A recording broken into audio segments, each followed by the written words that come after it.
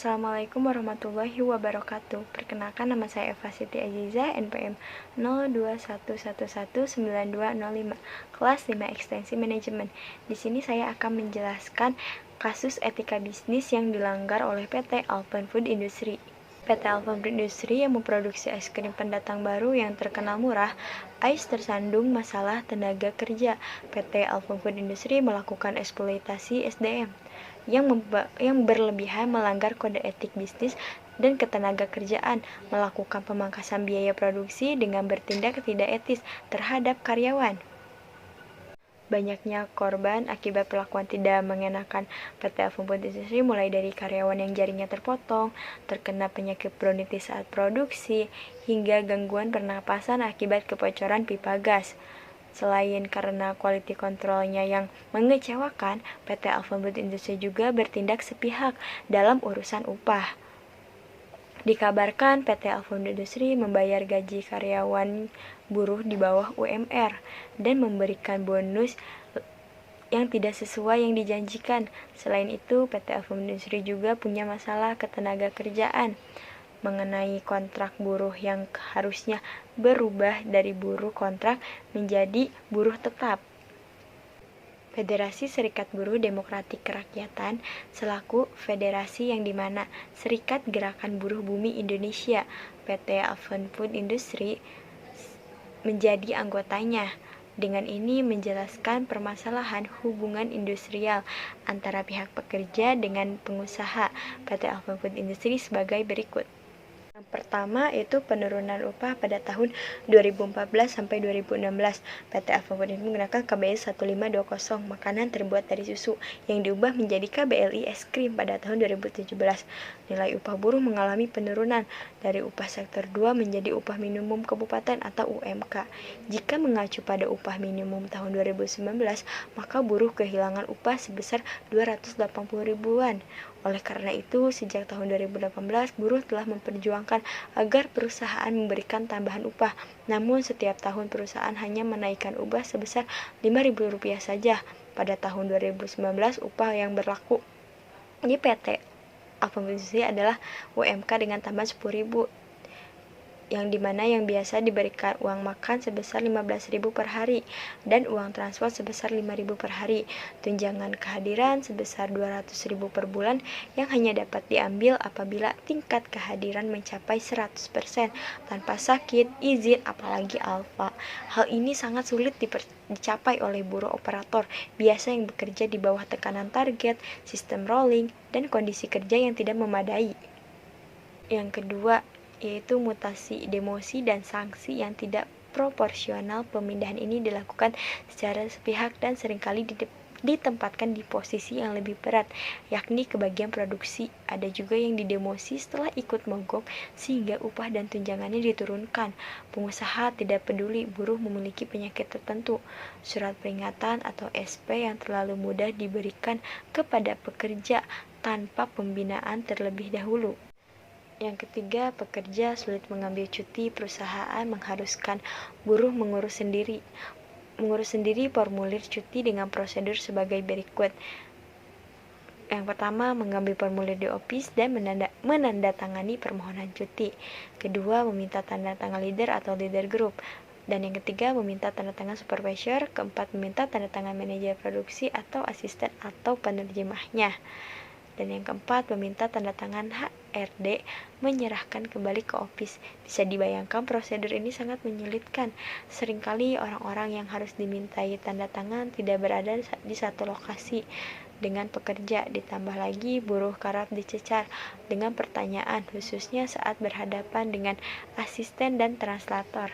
Bagi yang dalam kondisi sakit tertentu lebih sulit, kondisi baru saja pulih dan masih harus direpotkan dengan prosedur mengurus cuti sakit.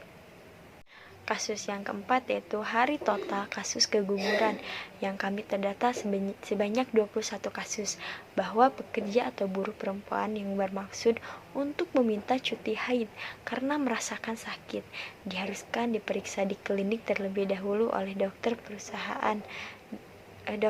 dan perusahaan hanya memberikan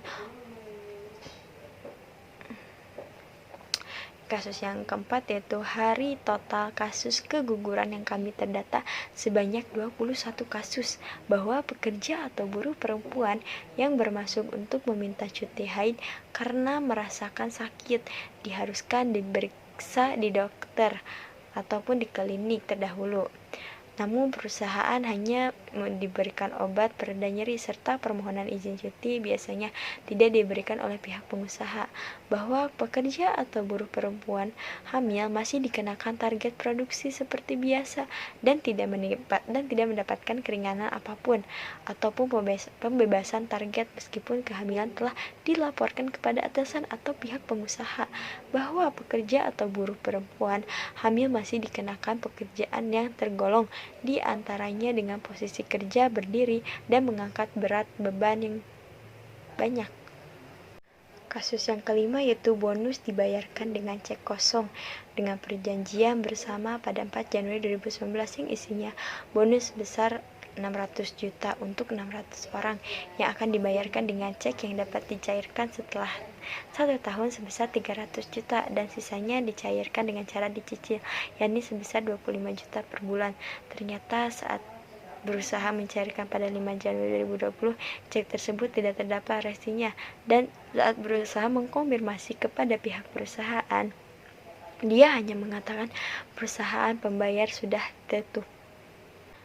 Dan kasus yang keenam yaitu pencemaran lingkungan pada tahun 2018, PT Alfa Industri dilaporkan oleh banyak pihak dari Persekutuan Buruh Indonesia karena limbah pabriknya disebut mengandung zat kimia berbahaya, beracun dan berbau dan disebut B3. Bau yang tidak sedap merupakan bukti pengelolaan limbah B3. PT Alfa Industri sangat buruk dan juga zat amonia dari limbah membahayakan karyawan karena bisa menyebabkan gangguan pernapasan dan kesehatan. Lalu PT Alfa Industri juga dituding telah melanggar Undang-Undang Nomor 13 Tahun 2003 Pasal 87 tentang keselamatan dan kesehatan kerja atau disebut K3. Sering terjadinya kebocoran gas dalam pipa pendingin menyebabkan iritasi dan gangguan kesehatan, khususnya gangguan pernapasan pada karyawan yang kerja di pabrik.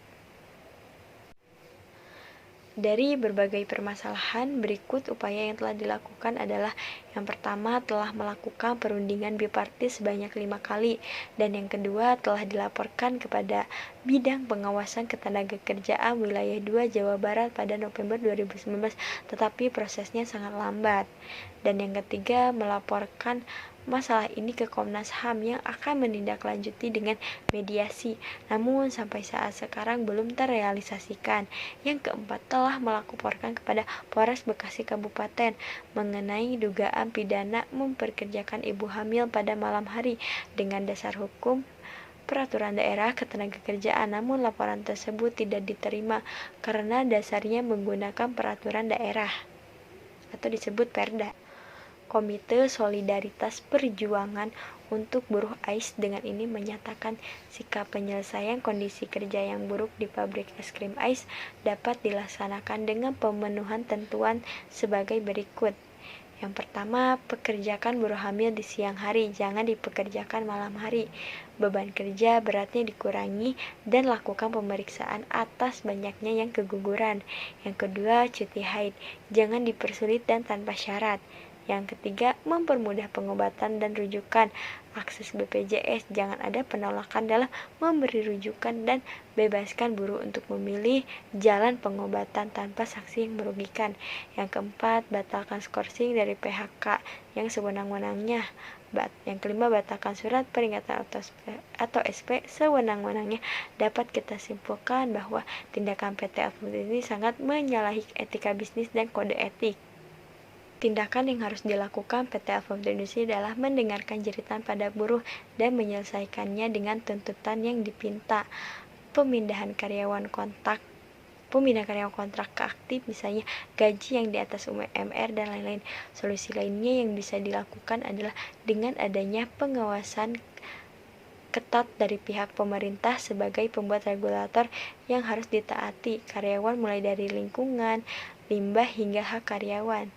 Tak hanya itu, adanya sanksi tegas dan juga pengawasan berlanjut untuk perusahaan yang telah melanggar hukum yang berlaku, sehingga kedepannya memperbaiki diri dan tidak melanggar hukum.